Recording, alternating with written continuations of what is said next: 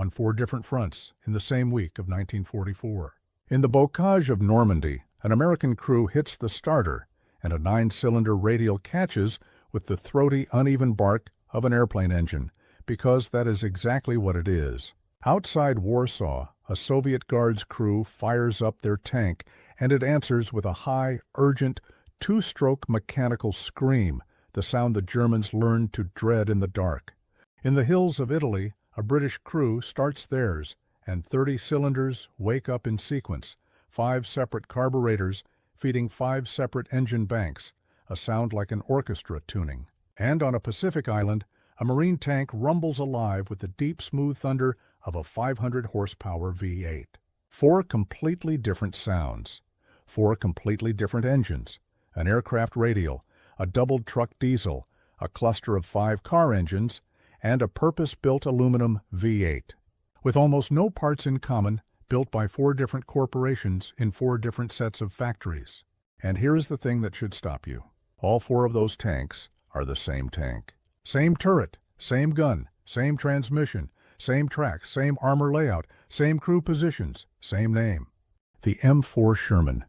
From the gunner's seat, from the commander's hatch, from the enemy's side of the battlefield, they are indistinguishable. Only when you open the engine deck do you discover that America built its main battle tank of the Second World War around 4 utterly different hearts, and built all 4 at once, in parallel, for years, by the tens of thousands.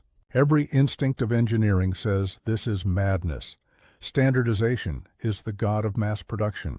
One design, one engine, one supply chain, that is how you build 50,000 of anything. Germany understood this and built essentially its entire tank force around a single family of engines. And America, the high temple of standardization, the nation of the assembly line, deliberately did the opposite. This was not an accident. It was not chaos. It was not improvisation that got out of hand. It was a strategy, one of the shrewdest industrial strategies of the entire war. And by the end of this story, you will understand why building one tank with 4 engines was not a violation of the American system of mass production. It was its highest expression. Let us state the case against first, because the case against is what everyone assumes. When people learn that the Sherman came with 4 different engines, the natural conclusion is that this was a mess, a symptom of desperation, a nation flailing around, because it could not settle on a proper power plant. And there is a grain of truth in the origin. America entered the war with no purpose-built tank engine at all, because 2 decades of starvation budgets between the wars had left the Army with a few hundred tanks and no reason for anyone to develop an engine for them. When the Sherman program began, the engine bay was, in effect, empty, and the first engine that went into it, the Continental-built aircraft radial, was a stopgap, chosen because it existed, not because it was right. But what happened next is where the story turns from desperation into strategy, and it is the part the casual histories miss. Faced with an engine shortage, the Ordnance Department could have done what engineering orthodoxy demanded, picked one replacement engine, bet everything on it, and driven it to mass production. Instead, it did something that looks reckless and was actually profoundly calculated. It commissioned multiple different engines from multiple different corporations, drawing on multiple different industrial bases, and it put all of them into production simultaneously, each one in its own designated variant of the same tank.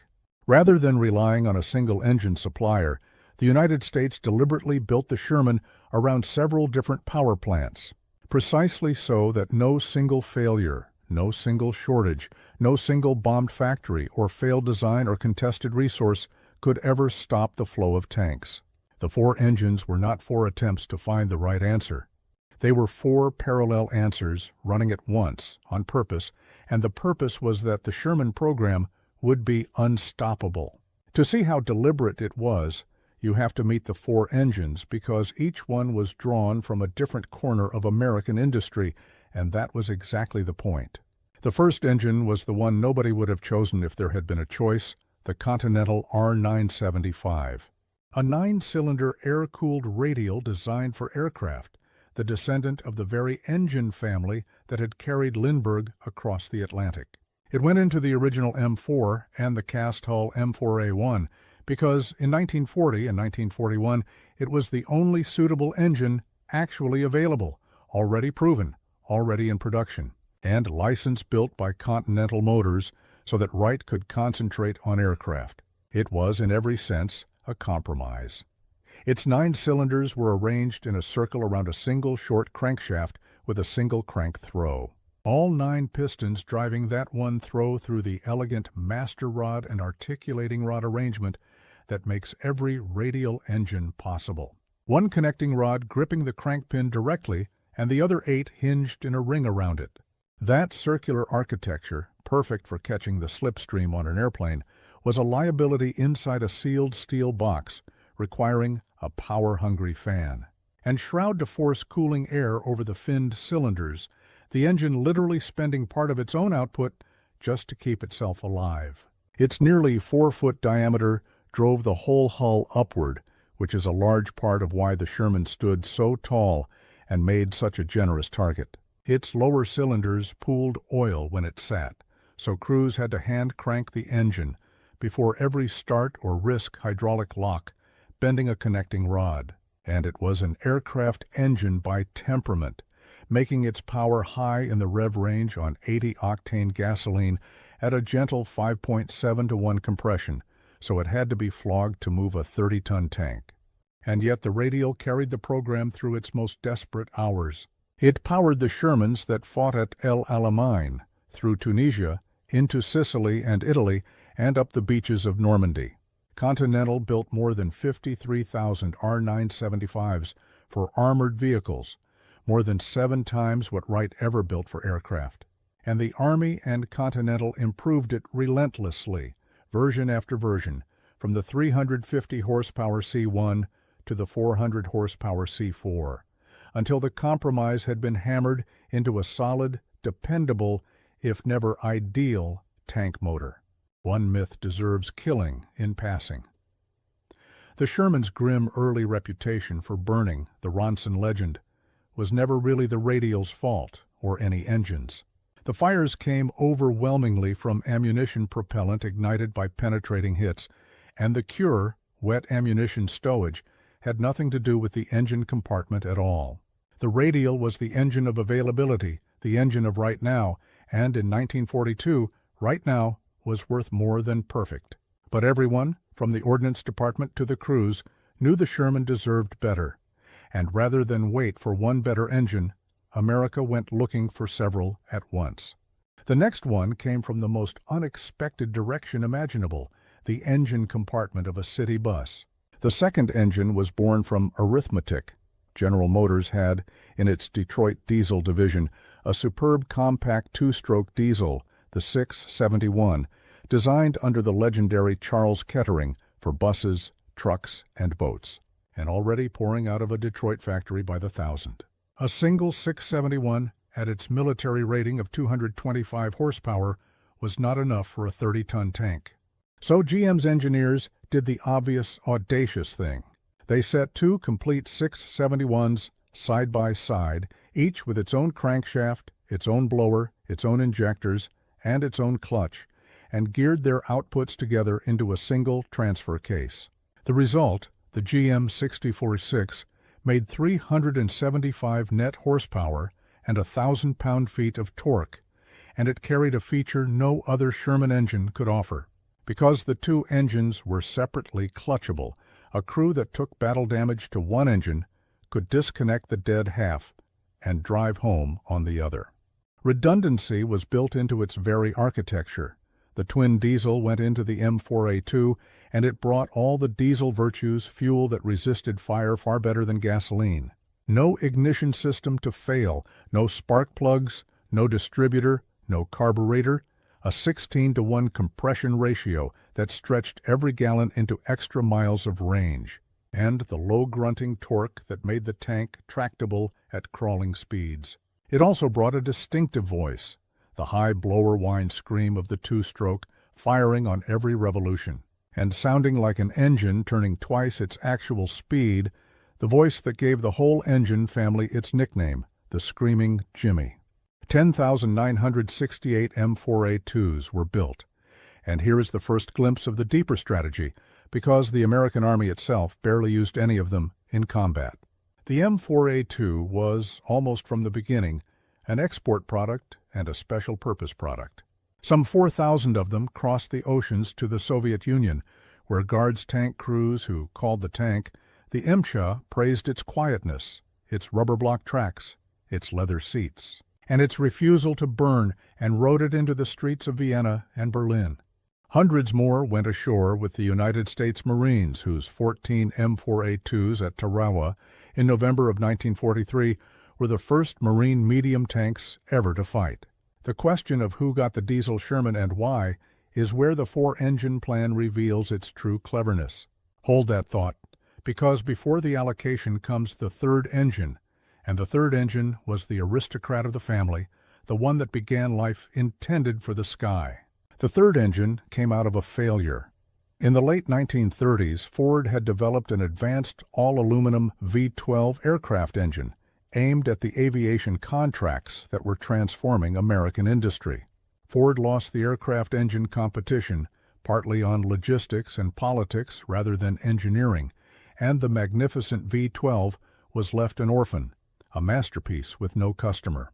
And then someone did the arithmetic in the other direction from GM. If 12 cylinders were too much engine for the contract Ford wanted, 8 cylinders were exactly enough engine for the tank the Army needed. Ford cut 4 cylinders off the design, and the result was the Ford GAA, an 1,100 cubic inch all-aluminum 60-degree V8, the largest mass-produced gasoline V8 ever made, producing 500 horsepower at 2,600 revolutions, and over 1,000 pound-feet of torque. And because it had been conceived as an aircraft engine, it carried aircraft aristocracy in every detail that mattered. Dual overhead camshafts operating 4 valves per cylinder when most American car engines still hid their valves beside the bores, twin magnetos firing 2 spark plugs per cylinder, so that no single ignition failure could stop it, forged internals, and a cast aluminum block that kept its enormous displacement to a manageable weight. It was, mechanically speaking, a thoroughbred that had wandered into a stable of mules. The GAA went into the M4A3, and it was, by nearly universal agreement, the finest engine the Sherman ever had, powerful, compact, reliable, and purpose-suited to armored service in a way the pressed-into-service radial never was. The Army agreed, and the M4A3 became the United States Army's preferred Sherman, the variant it wanted for its own divisions. With roughly 12,500 built by Ford and then Grand Blanc, carrying 75, 76, and 105 millimeter armament, evolving through the war into the definitive American Sherman, the version that got wet stowage and the improved 47-degree glacis, and, at the end, the wide-tracked HVSS suspension. The GAA was so overbuilt, so aristocratic in its bones, that after the war, hot rodders and tractor pullers would extract 2,000 horsepower and more from it. It was the engine the Sherman had deserved from the beginning. But notice what the Ordnance Department did not do when the GAA arrived. It did not cancel the radial. It did not cancel the twin diesel. Production of all of them continued in parallel because the plan was never to find the best engine and standardize on it. The plan was to have many engines from many sources always, and nothing proves that like the fourth engine, the strangest engine of the war, which existed for no other reason than to convert one more untapped industrial resource into tanks. The fourth engine looks, at first sight, like a practical joke. Chrysler, asked in 1941 what it could contribute to tank propulsion, had no big engine at all. What it had was the ordinary flathead 6-cylinder engine of the family Dodge, and Plymouth, 251 cubic inches, about 100 horsepower, being stamped out by the hundreds of thousands on fully mature tooling. One was hopeless for a tank, so Chrysler used 5 complete 6-cylinder car engines arranged like the petals of an industrial flower around a central crankcase, each keeping its own crankshaft, all 5 geared through herringbone-toothed drive gears to a single central output gear. 30 cylinders, 5 carburetors, later grouped together for serviceability. 1 water pump replacing 5. 1,253 cubic inches, 445 horsepower, 1,060 pound-feet of torque, and a dry weight over 5,000 pounds. They called it the A57 Multibank, and to fit it, the hull of its designated variant, the M4A4, had to be stretched by nearly a foot. Every mechanic who ever looked into an M4A4's engine bay had the same first reaction, horror, and most had the same second reaction, months later, grudging respect, because the absurd contraption worked. Contrary to the enduring myth, the 5 engines did not share one crankshaft. Each bank kept its own, and the 5 crankshafts delivered their power through hardened herringbone gears to the single central output, their 30 firing impulses interleaved, and synchronized so that the crankshafts wove their power together instead of tearing each other apart, a timing problem Chrysler's engineers solved so thoroughly that the assembled monster idled with surprising smoothness. And the redundancy that GM had achieved with 2 clutchable engines, Chrysler achieved with sheer arithmetic. The engine could famously keep running and keep the tank moving. With as much as 40% of its cylinders dead, 2 entire engine banks shot away or failed, because the surviving bank simply kept turning the central gear. 7,499 M4A4s were built at Chrysler's Detroit Tank Arsenal, and almost none of them served in American combat units. Like the twin diesel, the Multibank was built for someone else, and again, that was the plan. 4 engines now existed, an aircraft radial from the aviation industry, a double diesel from the bus and truck industry, an aristocratic V8 from a failed aviation program, and a 5-engine cluster from the passenger car industry. 4 different corporations, 4 different supply chains, 4 different pools of tooling and labor, and 1 tank wrapped around all of them. There was even a 5th, a Caterpillar diesel conversion of an aircraft radial, the multi-fuel RD-1820 in the M4A6, of which only 75 were built before the War Department decided it needed Caterpillar's factory for tractors more than tanks, the footnote that proves how wide the net was cast. Now comes the question that makes this a strategy rather than a zoo. How do you run 1 tank program with 4 engines without drowning in chaos? The answer is in 2 parts, and each is a small masterpiece of industrial thinking. The first masterstroke was where America drew the line between what varied and what did not. The 4 Sherman variants shared, with minor evolution, everything that mattered forward of the engine compartment. The same turret with the same 75mm gun and the same gun mounts, later the same 76. The same front-mounted transmission and controlled differential, the same final drives, the same suspension bogies and tracks, the same driver's controls, the same instruments, the same radios, the same ammunition stowage, the same crew layout. A crew trained on a radial-engined M4 could climb into a diesel M4A2 or a V8 M4A3 and fight it within the hour, because from the fighting compartment forward, it was the same machine. A depot that stocked transmissions, tracks, road wheels, and gun parts served every variant at once. The variation was quarantined into 1 compartment at the back of the hull, and even the hulls themselves were held as common as physics allowed. With the M4A4's stretched rear end, the largest concession, its lengthened hull and spaced-out bogies accommodating the 5-engine monster, while the entire front half of the tank stayed standard. This is the deep trick, and it deserves a name. Call it modular variation. Standardize ruthlessly wherever standardization multiplies production and simplifies training and supply, and permit variation only inside a sealed module, the engine bay, where variation multiplies your industrial base instead of dividing it. The engine, with its cooling system and its particular deck grills and exhausts, was that module. Everything else was common. This is why 4 engines did not mean 4 tanks. It meant 1 tank with 4 interchangeable hearts, and it meant that when Chrysler's Arsenal and Fisher's plants and Ford's lines and Press Steel and Pullman and Baldwin and Alco all built Shermans around different engines, they were still all building the same tank, feeding the same training pipeline, the same spares system for 90% of the vehicle, and the same battlefields. The cost of engine diversity was contained inside one compartment. The benefit of engine diversity was the entire American engine industry, all of it, working on the same tank at once. The second master stroke was allocation, and this is the part of the story that transforms a production expedient into genuine grand strategy. 4 engines could have meant 4 kinds of logistical chaos mixed together in every theater, a nightmare of mismatched fuels and spares. America avoided this almost completely by a policy so elegant it barely looks like a policy. Each engine was assigned to the user it suited best, and the fleets were kept separate.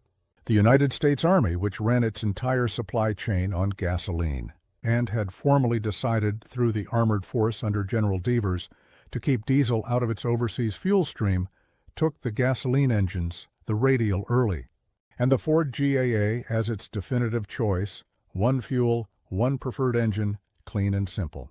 The Soviet Union, whose whole tank force ran on diesel, whose T-34s drank the same fuel, received the diesel M4A2 almost exclusively, roughly 4,000 of them, where the twin diesel's fuel matched their entire logistics system, and where its fire resistance and reliability made the MSHA, as they called it, beloved of the Guards brigades that drove it to Vienna and Berlin.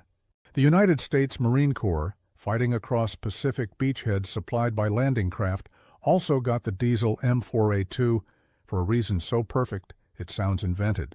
The Higgins boats and LCMs that carried the Marines and their supplies ashore were powered by the very same Detroit diesel 671 engine, singly, that the tank carried doubled. One fuel on the beachhead, and even shared engine familiarity between the boat pool and the tank battalions. When M4A2 production with the 75mm gun ran out in 1944, the Marines transitioned to the gasoline M4A3, but for the crucial island campaigns, tank and landing craft drank from the same drum. And Britain, with its large, well-developed maintenance organization and its desperate appetite for tanks, took the M4A4 Multibank, the Sherman 5, over 7,000 of them, nearly the entire production run. And the British, who had the workshop culture to keep a 30-cylinder engine healthy, found it reliable, and liked it fine, liked it enough that the M4A4 became the favored basis for the Firefly, the 17-pounder conversion that gave the Allies their Panther killer.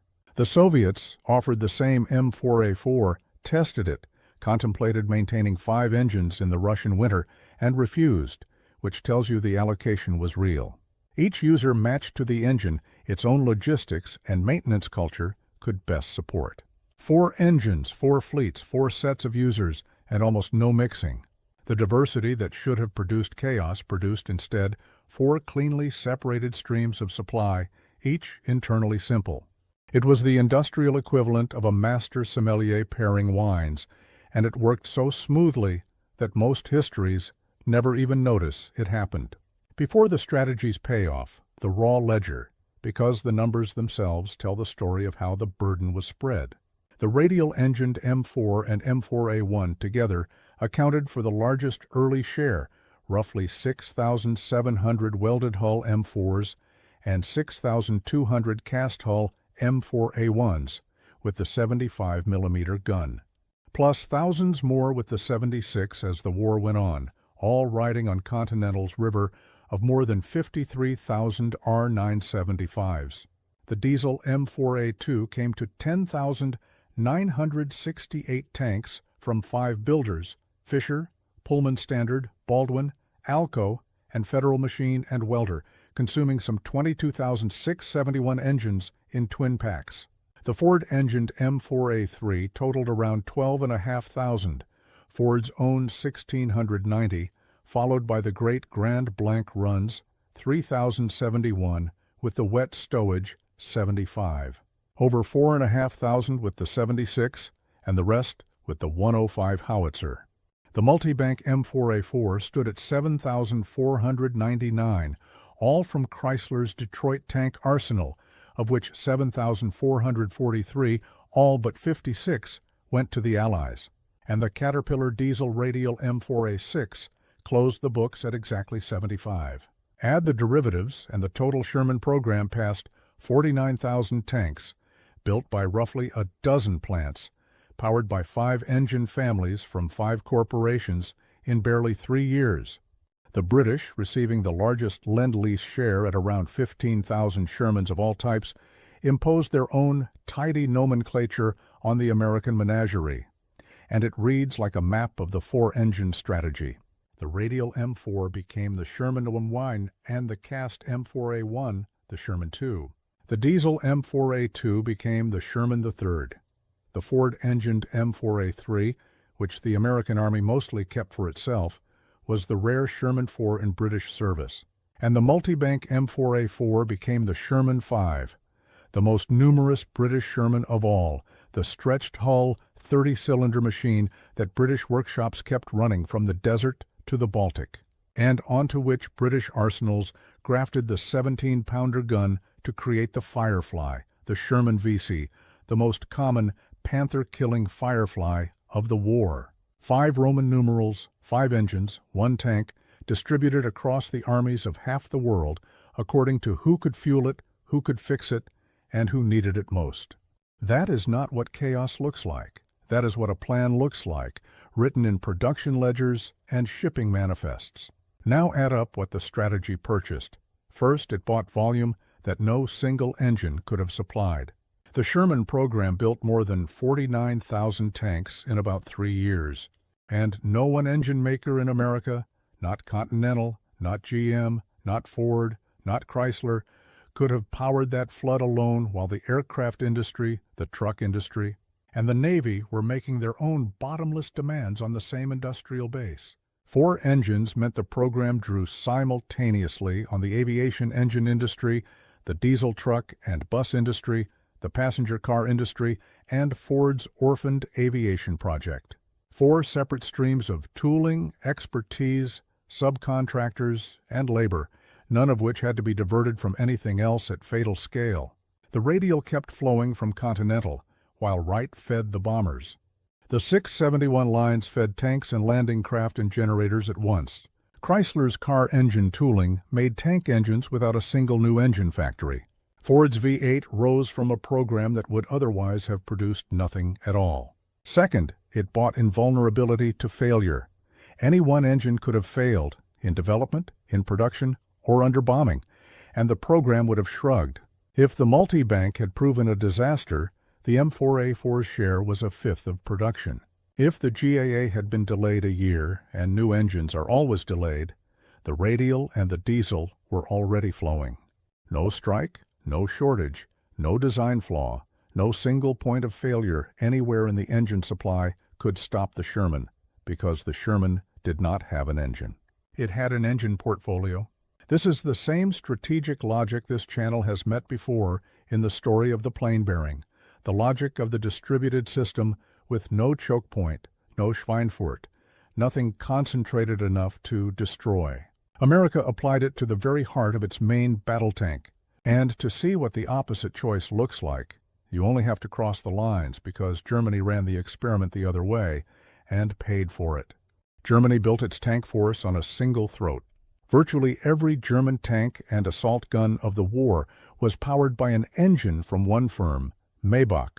The Panzer III, the Panzer IV, the Stug III, the Jagdpanzer IV, the whole broad middle of the German armored force ran on the Maybach HL-120, a 12-liter V12 of around 300 horsepower. The heavy end, Tiger Y Panther, Tiger II, Jagdpanther, Jag Tiger, ran on the Maybach HL-210, and then the HL-230, a 23-liter V12 of about 700 metric horsepower. Honesty first, as always. The HL-230 was a formidable piece of engineering, by some measures the most powerful mass-produced tank engine of the entire war, more powerful than anything in a Sherman. And the German decision to standardize had its own logic: one engine family, one supplier, one set of spares, the very orthodoxy of standardization that America appeared to violate. On paper, the German approach is the tidy one. In practice, it was a single point of failure wired into the heart of an entire army, and the war found it. Total HL-230 production came to roughly 9,000 engines, 9,000, against Continental's 53,000 R975s alone, to say nothing of the GAAs and 6046 and A57s stacked on top. Because complete engines always took priority over spares, the German army starved for replacement power plants.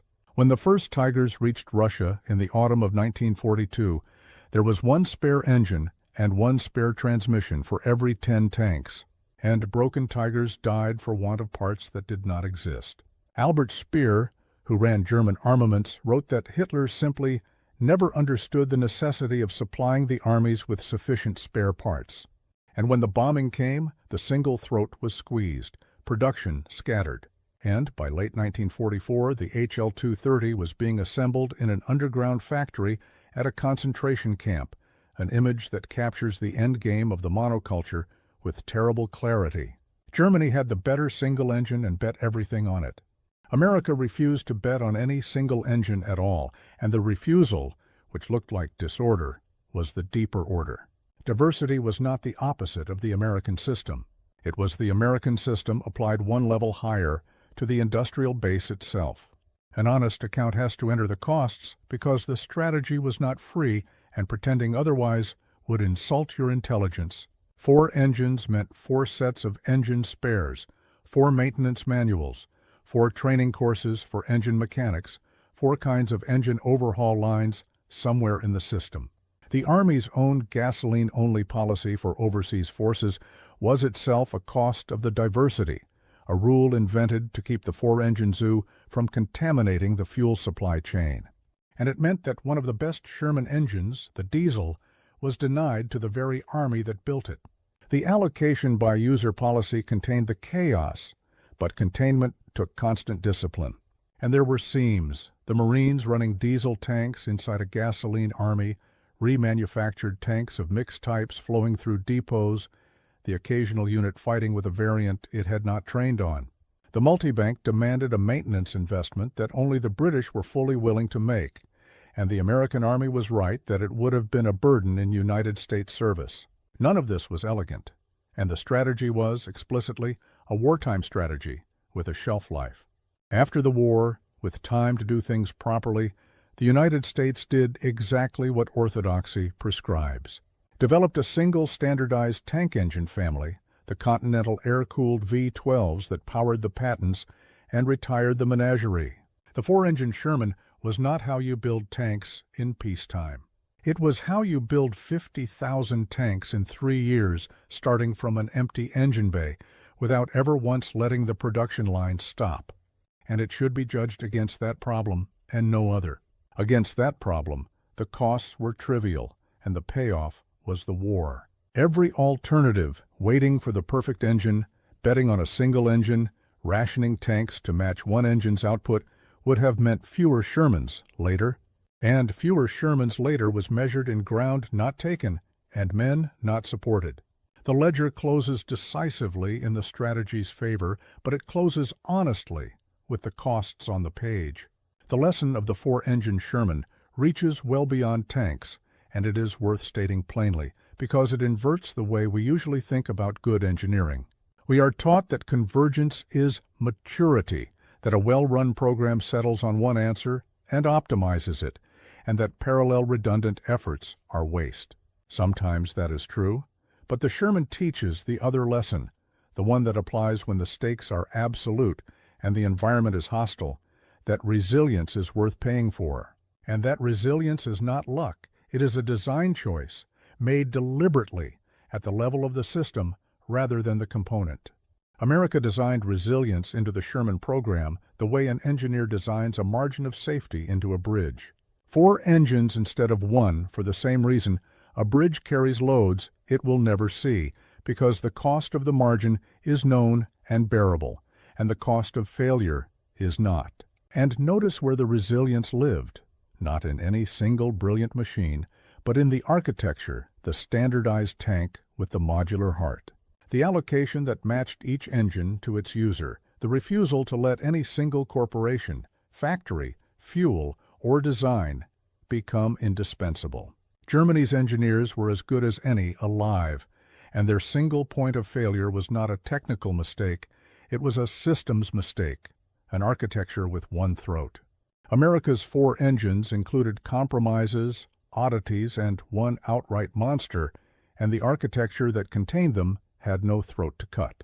That is the recurring signature of the American war effort, visible here at its clearest, excellence pursued at the level of the system, tolerance for imperfection at the level of the part, and an unsentimental understanding that in a long war, the program that cannot be stopped beats the machine that cannot be matched. The Panther could not be matched, the Sherman could not be stopped. The war went to the second one. In a war decided by what kept coming was one tank with 4 hearts. Open the engine decks of 4 Shermans on 4 fronts, and you found an airplane engine breathing through a fan, 2 bus diesels screaming in harness, 5 family car engines fanned around a single gear, and an aluminum V8 that had once dreamed of flying. 4 machines with barely a bolt in common, wrapped in the same hull, behind the same gun. Driven by crews trained in the same schools, supplied through the same depots for everything but the heart itself. It looked like confusion, and it was the opposite. It was a nation deciding deliberately that its main battle tank would never depend on any single engine, any single company, any single fuel, any single factory that could fail or burn. And then engineering that decision into steel, standardizing everything that gained from sameness, and diversifying the one module where diversity meant strength. Each heart went where it belonged. The radial carried the desperate early years. The diesel went to the Soviets whose whole army drank diesel, and to the Marines whose landing craft carried the same engine singly that their tanks carried doubled. The 30-cylinder monster went to the British, who had the patience to keep it healthy and built their Panther-killing Fireflies on its stretched back. The V8 went to the American Army and became the definitive Sherman. And across the lines, the enemy built the finest single tank engine of the war and hung his entire armored force from that single thread, 9,000 engines against America's uncountable tens of thousands. One spare for every 10 Tigers, until the thread was bombed into a cave. Germany optimized the component, America optimized the system.